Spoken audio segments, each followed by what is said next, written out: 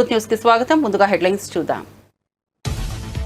ప్రభుత్వం ఏర్పాటు తర్వాత కడపలో తొలి మహానాడు కార్యకర్త అధినేతగా మారాలనేదే తన ఆకాంక్ష అన్న సీఎం. కడపలో ప్రారంభమైన తెలుగుదేశం పార్టీ మహానాడు. పార్టీ అధినేత చంద్రబాబు ప్రసంగం. దేశంలో పెద్ద నోట్లన్నీ రద్దు చేయాలని సూచన. ఎన్టీఆర్ టీడీపీని స్థాపించిన ముహూర్త బలం గొప్పదన్న మంత్రి లోకేష్. పార్టీ పెద్ద పండుగ మహానాడు కోసం సర్వాంగ సుందరంగా ముస్తాబైన కడప నగరం. మహానాడు నేపథ్యంలో మంత్రి లోకేష్ ఎక్స్ వేదికగా ఆసక్తికర పోస్ట్. కార్యకర్తలే పార్టీకి బలమన్న లోకేష్. తెలంగాణ జాగృతి నేతలతో కవిత సమావేశం. బంజారా హిల్స్ లోని కవిత నివాసంలో జరిగిన సమావేశం. సింగరేణి ప్రాంత జాగృతి నేతల హాజరు. ప్రస్తుత పరిణామాలు, భవిష్యత్ కార్యక్రమాలపై చర్చ.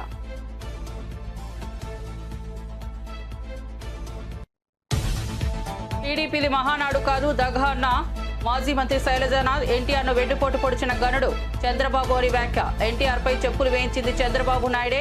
అసలు వారసుడు బాలకృష్ణ దబిడి అంటూ తిరుగుతున్నాడని ఎద్దేవా.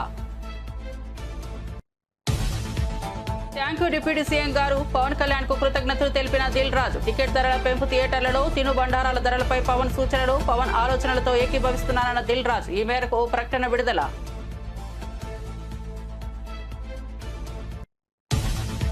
జూన్ 2న కవిత కొత్త పార్టీ ప్రకటిస్తారంటూ రఘునందన్ రావు జోష్యం. షర్మిల మాదిరి కవిత పాదయాత్ర చేస్తారన్న రఘునందన్ రావు. దయ్యాల మధ్య కవిత 10 ఏళ్లు ఎలా ఉన్నారని ప్రశ్న. తండ్రి కూతుళ్ల మధ్య మధ్యవర్తులు ఎందుకన్న రఘునందన్ రావు.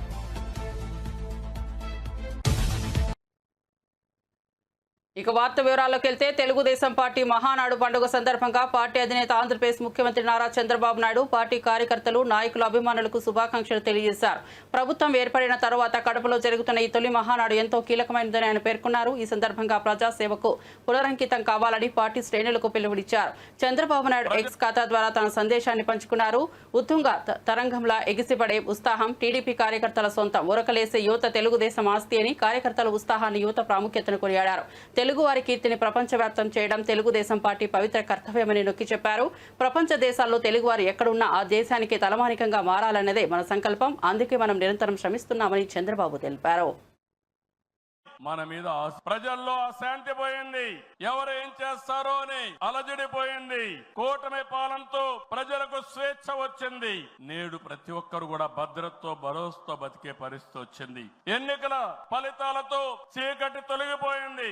భవిష్యత్తు పైన ఆశలు పెరిగాయి, ఆస్పిరేషన్స్ పెరిగాయి. మన కోట్లిచ్చి గెలిపించారు. తిరిగి వారి జీవితాలు బాగు చేస్తామని మన మీద ఆశలు పెట్టుకునే పరిస్థితికి వచ్చారు. అందుకనే మీరు ఒక్కసారి చూస్తే రోడ్లు, మౌలిక సదుపాయాలు, వ్యాపారాలు, పెట్టుబడులు, ఉపాధి, ఉద్యోగాలు, నోటిఫికేషన్ తో అనేక కార్యక్రమాలకు శ్రీకారం చుట్టాం. 64 లక్షల మందికి 4,000, 6,000, 10,000, 15,000 రూపాయలు పింఛనిచ్చే ఏకైక రాష్ట్రం భారతదేశంలో ఆంధ్రప్రదేశ్ రాష్ట్రం. ఏటా 33,000 కోట్ల రూపాయలు నేరుగా పేదల సేవలో మొదటి తారీఖున పేదలకు అందించే ఏకైక పార్టీ తెలుగుదేశం పార్టీ. అన్న క్యాంటీన్ ద్వారా పేదవాడి ఆకలి తీరుస్తున్నాం. దీపం పథకంతో 1 కోటి మంది లబ్ధిదారులకి 3 సిలిండర్లు సంవత్సరానికి ఇస్తున్నాం. ఉచిత ఇసుక, మత్స్యకారుల సేవలో ఆర్థిక సహాయం, అర్చకులు, ఇమాములు, మౌజములు, అదే మారిగా పాస్టర్లకు గౌరవ వేతనాలు పెంచాం. ప్రజల్ని భూతమలా పీడిస్తున్నటువంటి ల్యాండ్ గ్రాబింగ్ యాక్ట్ ని రద్దు చేశాం. డిఎస్సి నోటిఫికేషన్ ఇచ్చాం. మొదటి సంతకం పెట్టాం. మళ్ళీ స్కూళ్లు తెరిచే లోపల అందరికీ ఉద్యోగాలు ఇచ్చే బాధ్యత మనం తీసుకున్నాం. ఇది నెరవేరుస్తున్నాం అని చెప్పి కూడా నేను మీకు తెలియజేస్తున్నా. ఇదే కాదు, మళ్ళీ పారిశ్రామికవేత్తల్లో నమ్మకాన్ని కల్పించి పెట్టుబడులు తీసుకొస్తున్నాం. 11 నెలల్లో 6 స్టేట్ ఇన్వెస్ట్మెంట్ ప్రమోషన్ బోర్డు మీటింగ్లు పెట్టి 76 ప్రాజెక్టులకి శ్రీకారం చుట్టాం.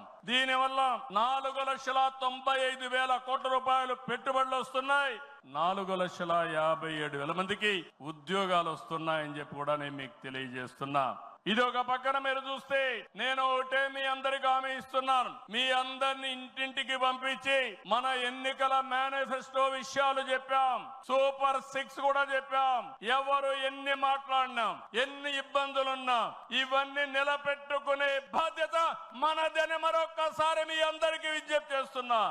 ప్రజల్లో అశాంతి పోయింది. రాబోయే 10 సంవత్సరాల్లో రాష్ట్ర ఆర్థిక పరిస్థితే కాదు, మనం అనుకున్న విధానాలన్నీ చేసి ఆటో పైలట్ లో పెట్టే బాధ్యత మనదని చెప్పి నేను మీకు తెలియజేస్తూ టీడీపీ నాయకులు కార్యకర్తలు పెద్ద పండుగగా భావించే మహానాడు ఇవాళ నుంచి కడపలో అంగరంగ వైభవంగా ప్రారంభం కానుంది. పార్టీ పెద్ద పండుగ మహానాడు కోసం కడప నగరం సర్వంగా సుందరంగా ముస్తాబైంది.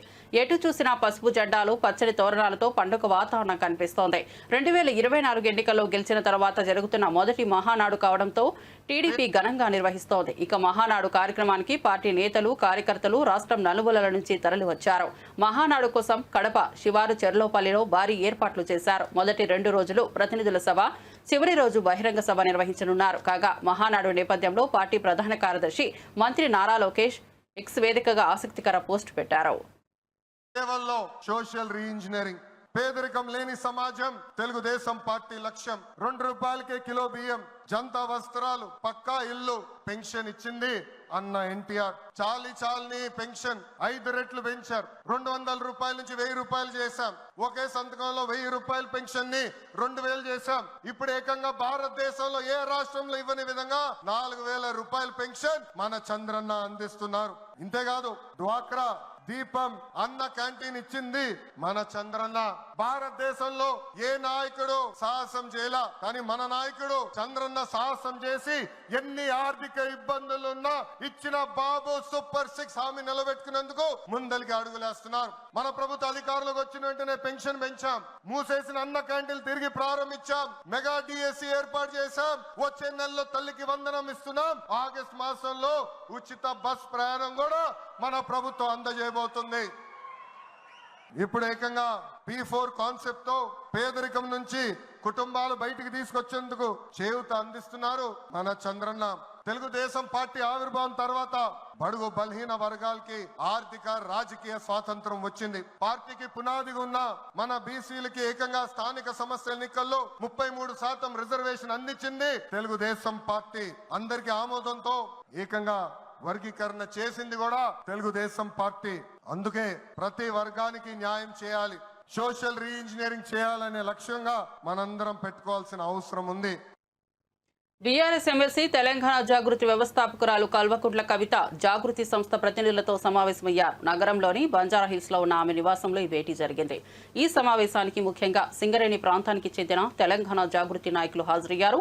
ప్రస్తుత రాజకీయ సామాజిక పరిణామాలతో పాటు తెలంగాణ జాగృతి సంస్థ భవిష్యత్తులో చేపట్టబోయే కార్యక్రమాల గురించి ఈ సమావేశంలో ప్రధానంగా చర్చించినట్లు సమాచారం. సంస్థ కార్యకలాపాలకు మరింత విస్తృతం చేయడం, ప్రజలకు చేరువయ్యే నూతన కార్యక్రమాల రూపకల్పన వంటి అంశాలపై నేతలు తమ అభిప్రాయాలను పంచుకున్నట్లు తెలుస్తోంది.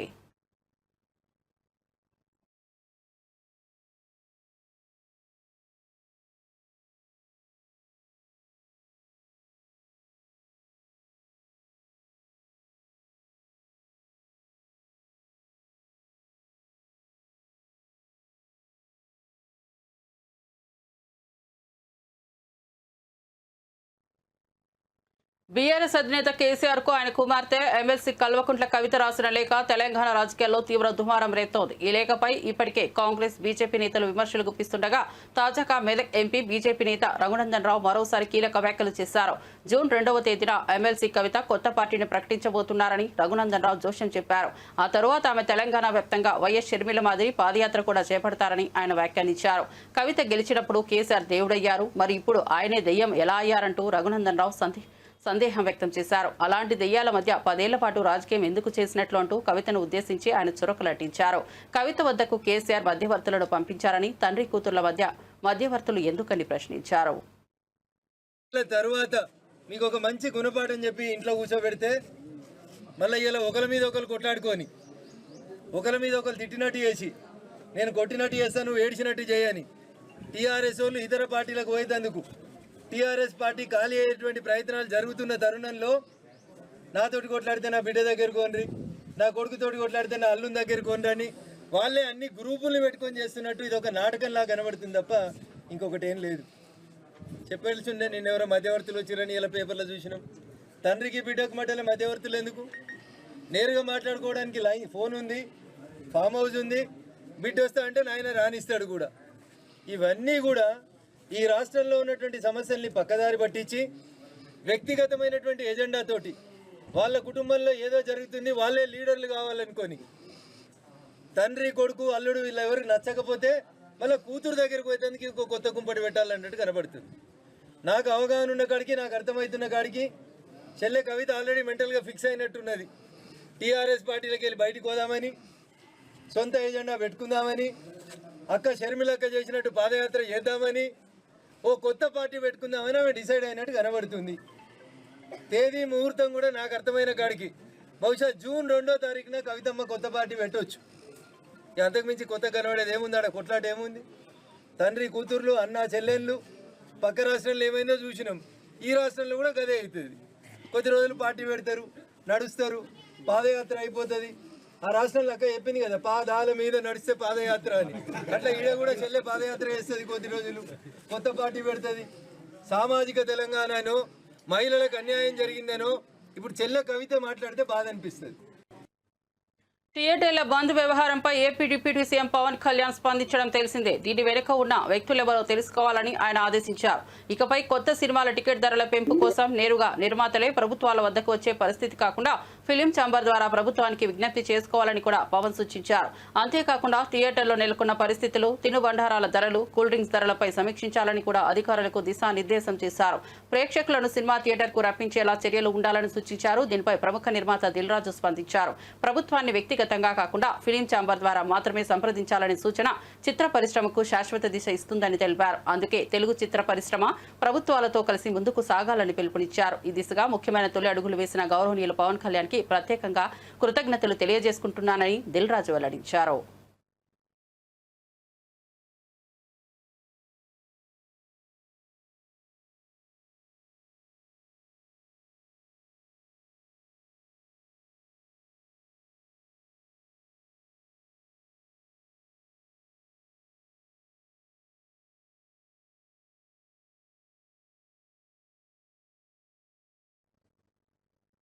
టీడీపీది మహానాడు కాదని దగానాడు అని మాజీ మంత్రి శైలజానాథ్ విమర్శించారు. ఎన్టీఆర్ను వెన్నుపోటు పొడిచింది చంద్రబాబేనని, ఆయనదే ఎన్టీఆర్పై చెప్పులు వేయించిన ఘనత అని ఆరోపించారు.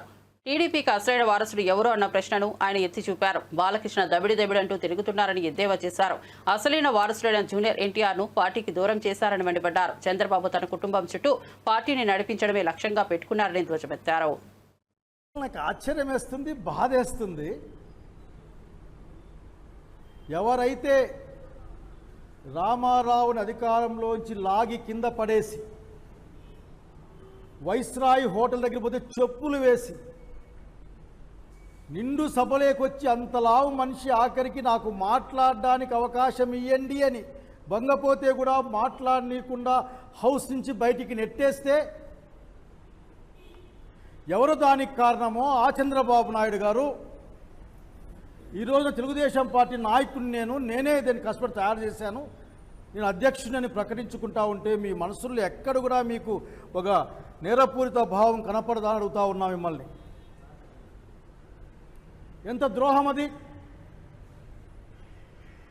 తన మీదే పోటీ చేస్తానని చెప్పిన మనిషి తన అల్లుడు చంద్రబాబు నాయుడు గారిని చేరదీస్తే తన సీటును లాగి పక్కకు పడేసి రోడ్డు మీద పడేసి మానసిక క్షోభతో నందమూరి తారక రామారావు గారు తమ ప్రాణాలను కోల్పోయిన సంగతి అందరికీ తెలుసు.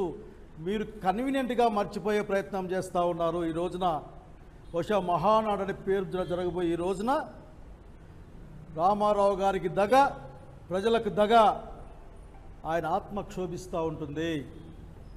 నాకు కనుక ఆశ్చర్యం అట్లా ఆలోచిస్తూ ఉంటే who is the owner of, లేకపోతే who is the owner of this party? దీన్ని వారసుడెవడు? అదే వారసుడెవడు? ఈ మధ్య ఒక సినిమా కూడా వచ్చింది. వారసుడెవడు? అసలు వారసుడేమో దిబిడని తిరుక్కుంటా ఉన్నాడు. ఇంకొకరేమో భారతీయ జనతా పార్టీపై పాపం అక్కడ ఉంచరో ఎప్పుడు పీకేస్తారో తెలియని అధ్యక్ష స్థానంలో అక్కడ ఇంకొక కూతురు. అట్లాగే రెండో మ్యారేజ్ చేసుకున్న, అఫిషియల్గా మ్యారేజ్ చేసుకున్నారు కాబట్టి ఆ పెద్ద ఆమె ఎక్కడ పాపం ఆమె బాధలు ఆమెవి. చివరికి జూనియర్ ఎన్టీఆర్ ఏం ఆఖరికి అవునా కాదా అని గొడవల్లో మళ్ళీ వాళ్ళకి గొడవలు పెట్టి వాళ్ళు అసలు ఎవరు వారసులు? వాస్తవానికైతే నేను చెప్పిన ఈ 3 పేర్లే కదా, నందమూరి బాలకృష్ణ గారి దగ్గర నుండి జూనియర్ ఎన్టీఆర్ వరకు కదా ఏమైనా వారసత్వాన్ని క్లెయిమ్ చేయగలిగితే. తిరుమల శ్రీవారిని టీడీపీ ఎమ్మెల్యే చింతమనేని ప్రభాకర్ దర్శించుకున్నారు. శ్రీవారి ఆలయానికి చేరుకున్న ఆయన వీఐపీ బ్రేక్ దర్శనంలో భాగంగా స్వామివారిని దర్శించుకుని ప్రత్యేక పూజలు నిర్వహించారు. ఈ సందర్భంగా ఆలయ ప్రాంగణంలో భక్తులతో కలిసి ఫోటోలు దిగారు. తిరుమలలో రాష్ట్ర శాంతి, ప్రజల సంక్షేమం కోసం ప్రత్యేక ప్రార్థనలు చేసినట్లు చెప్పారు.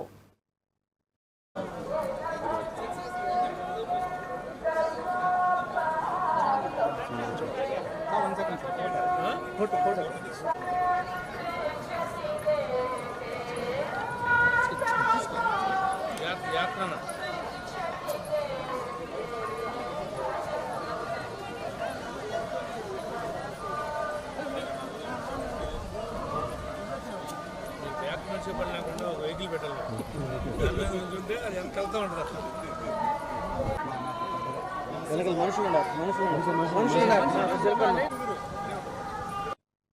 ప్రముఖ నిర్మాత దిల్ రాజు తన కుటుంబ సభ్యులతో కలిసి తిరుమల శ్రీ వెంకటేశ్వర స్వామిని దర్శించుకున్నారు. ఉదయం వేళ వీఐపీ బ్రేక్ సమయంలో ఆలయానికి చేరుకున్న వారు స్వామివారి దర్శనం పొందారు. ఆలయ అర్చకులు వారికి తీర్థ ప్రసాదాలు అందించారు. దర్శనానంతరం దిల్ రాజు మీడియాతో మాట్లాడిన పూజల్లో ఆయన ఆరాధనాత్మకంగా పాల్గొన్న దృశ్యాలు వైరల్ అయ్యాయి.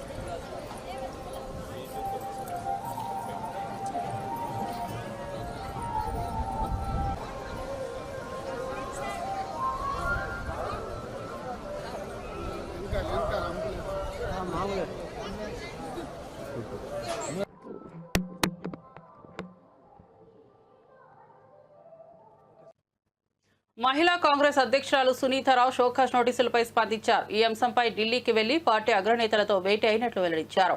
ఇటీవల జరిగిన ఘటనపై క్షమాపణలు చెబుతూ తన వైఖరిని వివరిస్తూ ఒక లేఖను హైకమాండ్ కు సమర్పించినట్లు తెలిపారు. పార్టీ పట్ల తనకు ఉన్న విధేయతను స్పష్టం చేసిన సునీతారావు సమస్యను పరిష్కరించేందుకు ప్రయత్నిస్తున్నట్లు పేర్కొన్నారు. ఈ అంశం ప్రస్తుతం కాంగ్రెస్ వర్గాల్లో చర్చనీయాంశంగా మారింది. గతంలో అంటే మొన్న 14వ తారీఖు జరిగిన ఇష్యూ పైన మాట్లాడుతూ మా చెల్లెళ్ళు అక్కడ అసంతృప్తితో అక్కడ కూర్చోవడం జరిగింది. సో అది నిరసనగా నేను అన్నాను, మీరందరూ ప్రొటెస్ట్గా వేసి తర్వాత చాలా వరకు ట్రోల్ అయింది. దానికి ఇండిసిప్లిన్ నోటీస్, షోకాజ్ నోటీస్ వచ్చింది. షోకాజ్ నోటీస్కి రిప్లై ఇస్తూ ఢిల్లీకి వెళ్ళి అందరు పెద్దలను కలవడం జరిగింది. పిసిసి అధ్యక్షులతో పాటు నేషనల్ అధ్యక్షురాలు అల్కా లంబాతో పాటు మీనాక్షి నటరాజన్ గారితో కూడా ఏఐసిసి ఇన్ఛార్జ్ గారితో మాట్లాడడం జరిగింది. ఏది ఏదైనప్పటికీ కూడా నా చెల్లెళ్ళ తరఫున వాళ్ళ అసంతృప్తి ఏదైతుందో ప్రతి నేషనల్ ప్రెసిడెంట్తో పాటు పిసిసి అధ్యక్షులతో పాటు నేను ఏఐసిసి ఇన్ఛార్జికి వివరించడం జరిగింది. రాబోయే కాలంలో తగిన ప్రాధాన్యత ఇస్తూ వాళ్ళందరికీ కూడా న్యాయం చేస్తానని మాట ఇచ్చారు. అదేవిధంగా అక్కడ జరిగిన అంశం వాళ్ళకి అసంతృప్తితో ఆ విధంగా చేయడం, వాళ్ళందరి తరఫున కూడా అపాలజీ చెప్పడం జరిగింది. నా తరఫున కూడా అపాలజీ చెప్తూ నేను వారికి లెటర్ రాయడం జరిగింది. దేశ విభజన నేపథ్యంలో కీలక వ్యాఖ్యలు చేసిన ప్రధాని నరేంద్ర మోదీ 1947లో భారత్ 3 ముక్కలైందన్నారు. దేశ స్వాతంత్ర్యం వచ్చిన అదే రాత్రి కశ్మీర్లో తొలి ఉగ్రదాడి జరిగిందని గుర్తు చేశారు. సాయుధ మూకల మద్దతుతో పాకిస్తాన్ కశ్మీర్లోని కొంత భాగాన్ని ఆక్రమించుకొని విమర్శించారు. అప్పట్లో ఉగ్రవాదులను తరిమికొట్టి పీఓకుని స్వాధీనం చేసుకోవాలన్న సర్దార్ వల్లభాయ్ పటేల్ సలహాను పాటించి ఉంటే ఇవాళ ఉగ్రదాడులు ఉండేవి కాదని అన్నారు. భవిష్యత్ ఉగ్ర ప్రమాదాల మీద కూడా అప్పటి నిర్ణయాల ప్రభావం చూపాయని వ్యాఖ్యానించారు.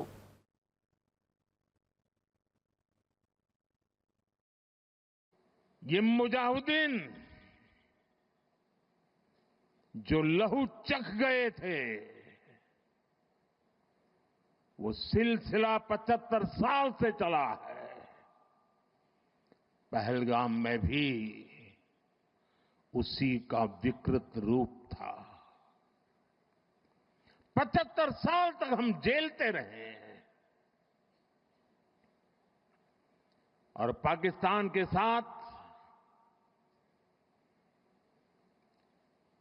जब युद्ध का नौबत आई तीनों बार भारत की सैन्य शक्ति ने पाकिस्तान को धूल चटा दी।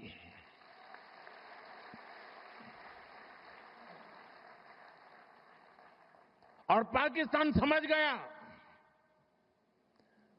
कि लड़ाई में वो भारत से जीत नहीं सकते हैं और इसलिए उसने प्रॉक्सी वॉर चालू किया। सैन्य प्रशिक्षण होता है, सैन्य प्रशिक्षित आतंकवादी भारत भेजे जाते हैं और निर्दोष निहत्थे लोग कोई यात्रा करने गया है, कोई बस में जा रहा है, कोई होटल में बैठा है, कोई टूरिस्ट बन के जा रहा है, जहां मौका मिला वे मारते रहे, मारते रहे, मारते रहे और हम सहते रहे। आप मुझे बताइए, क्या ये अब सहना चाहिए? क्या गोली का जवाब गोले से देना चाहिए? ईंट का जवाब पत्थर से देना चाहिए? ये कांटे को जल मुर्द से उखाड़ देना चाहिए?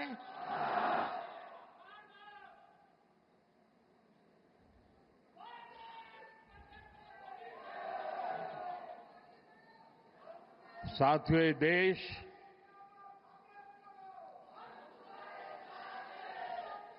उस महान सांस्कृतिक परंपरा को लेकर के चला है,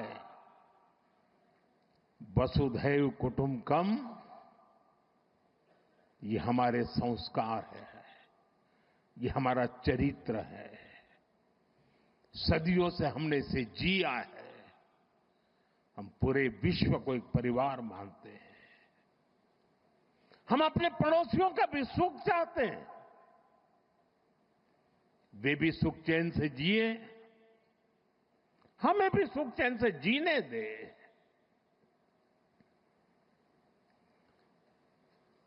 ये हमारा हजारों साल से चिंतन रहा है।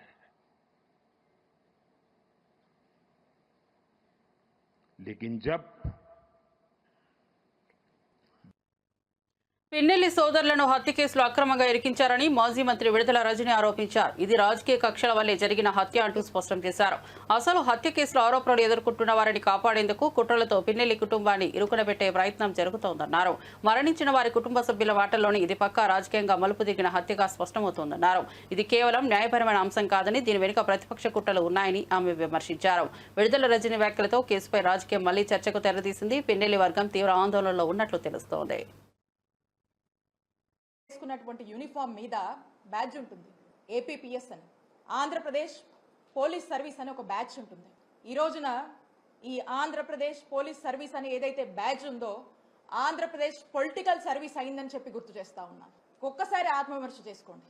ఇదే కాదు, ఇదే జిల్లాలో మనం తీసుకుందాం, ఇక్కడ ఎంతమంది సోషల్ మీడియా పిల్లల్ని జైళ్ల పాలు చేశారు, ఎంతమంది వైఎస్ఆర్ కాంగ్రెస్ పార్టీ ఫాలోవర్స్ ని ఈ రోజు అక్రమంగా కేసులు పెట్టి వేధించి ఇబ్బందులకు గురి చేసి జైళ్ళకి ఇచ్చారు, అరెస్టు చేశారు. ప్రతి నియోజకవర్గంలో కోకొల్లలు ఇలాంటి ఉదాహరణ. ఏమైతుంది పోలీస్ వ్యవస్థ, ఎటుపోతుంది? ఏం మెసేజ్ ఇస్తున్నాం మనం? దీనికా మనకు అధికారం ఉంది. ఈరోజు చూసుకుంటే మనం చూసాము రీసెంట్గా మొన్న గుర్జాలి నియోజకవర్గంలో హరికృష్ణ అనేటువంటి ఆ బీసీ అబ్బాయి ఎంత ఘోరంగా హెరాస్మెంట్, 3rd డిగ్రీ ఏ విధంగా వాడి అతను కనీసం నడవలేనటువంటి పరిస్థితిలో చూస్తూ ఉన్నాం. ఏం పాపం చేశారు? అలా ఏ నియోజకవర్గంలో చూసినా కూడా ఇబ్బందులే. అంతెందుకు, మన నరసరావుపేట నియోజకవర్గంలోనే గోపిరెడ్డి గారి మీద ఎన్ని అక్రమ కేసులు కట్టారు. మా చిల్లూరుపేట నియోజకవర్గంలో నన్ను ఏ విధంగా వేధించారు రీసెంట్గా కూడా మీరు చూశారు.